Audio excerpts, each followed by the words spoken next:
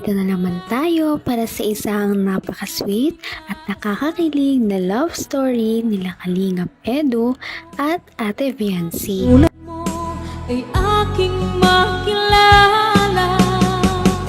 at kung ano ako'y Para sa pagpapatuloy ng ating love story ay ito ang mga highlights ng mga nangyari sa Hong Kong noong nakaraan nga nating video ay naipakita ang kanilang pagbiyahe papunta sa Hong Kong.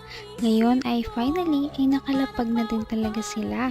Kaya sa pagpunta nila dito sa airport ng Hong Kong ay nagulat sila dahil marami ang mga supporters na naghihintay pala sa kanila dito. Hindi lamang sila sikat sa Pilipinas kundi sa ibang bansa din. At karamihan nga dito ay ang mga OFW na nagkatrabaho doon sa Hong Kong. Kaya ito na ang mga nangyari sa kanilang paglapag sa airport ng Hong Kong.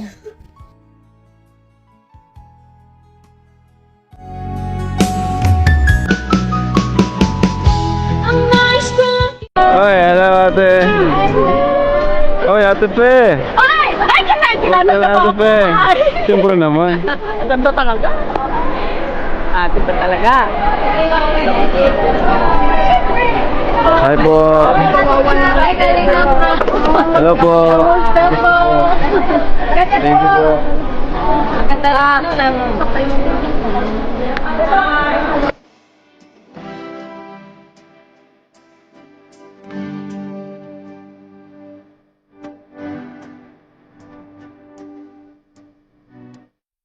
Babalik rin. Lamig.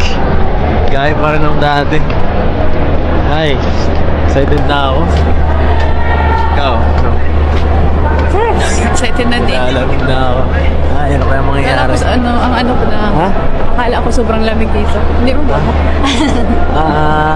Makikita. Hindi pa kasi. Mamaya, baka mabigla ka. Baka mapayakap sa bigla. Hindi ba? Hindi na. Saka yung mga dala mo, sigurado kang tatagal ka hanggang 6 days niyan. Parang pang 2 araw lang yun eh. Hindi malaba. Kawawa ka naman. Baka mag-crop top ka dito, baka di mo kayanin. Hindi gagana yun ha. Parang pang ano lang yan, Kaya nga eh. pang Manila lang ata. Kaya nga eh. Sinabihan kita, sabi ko sa'yo, magdala ka ng mga makakan eh. Di bale, kung ano ako'y tanggap mo na hindi ka rin Unang beses nang nakapunta si Kalingap Edu sa Hong Kong, ngunit si Ate Viancy ay first time pa lamang niya, kaya hindi niya pa talaga alam kung ano ang mga dapat na gawin. Kaya konti lamang pala ang nadala ni Ate Viancy na mga damit. sabi ko sa'yo, magdala ka ng mga makakan eh. Di bale, madami akong ano. Akala ko may mga binigay sa inyo, bro. Meron. Yung bagang yung in-unbox natin. Oo, Nagdala ka doon, Biancy? Parang hindi siya nagdala. Ang dami doon ah. Ang dami nga. Yung mga panlamig baga. Ako dinala ko eh. Sabi ko kasi konti lang daw dalayin ko. Nakinig ka naman. Sabi ko sa'yo't malamig dito. Dapat nagdano ka. Oo. Pero may mga dala pa ako. Pag nakailangan ka na lang, manghiram ka na lang, papahiramin na lang kita marami doon. Marami akong jacket eh.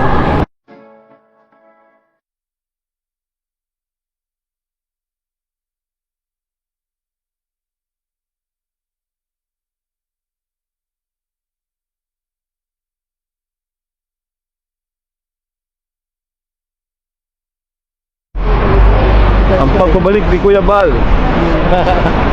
Sa Hong Kong. Ayan naman na, bago. Ay, ampaw, salamat po. Ay, may ampaw.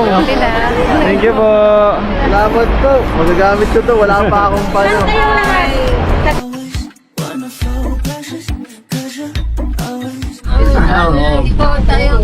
Wala nakasakay ng gantong Si Ate bus. Biancy ah. Nababalik. Nababano to. Yan lang nakakita ng second floor na bus. Malas ko maganda. Parang gusto mo, ito yung bahay mo. Pagkili ka. Yung bahay. Pumili ka. Ay, grabe malayo na malayo. naman ang bawat panaginip ko. Ikaw lang ang paglapag pa lang nila sa Hong Kong ay grabe na talaga. At napakarami na rin nilang mga sweet moments. Kaya ano pa kaya sa mga susunod na araw? Dahil marami pa talaga tayong aabangan ng mga nangyari dito sa Hong Kong at siguradong mag-enjoy kayo. Sa ngayon ay papunta na sila sa kanilang unang destinasyon at pagpapahingahan muna.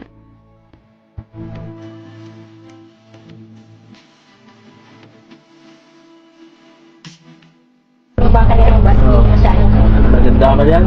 Wala pa yan. Wala pa yan? Wala pa yan, bro. Hindi pa yun yung pinakamaganda dito. Sa Disneyland, grabe. Nakapunta ka dun sa Disneyland. Nakapunta ka dun sa, saan ba yun? Sa The Peak.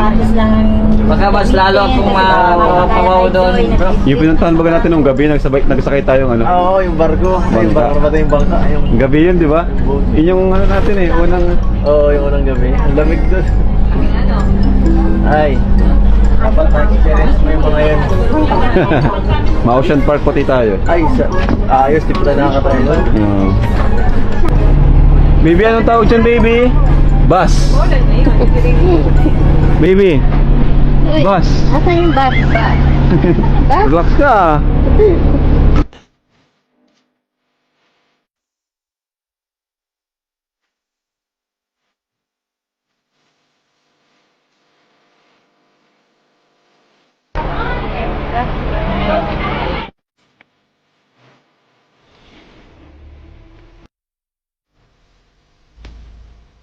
Alright mga kalingap, so dito na po kami sa aming tutuluyan sa maliit na transient na ito, pero na Ay tayo ng dalawa.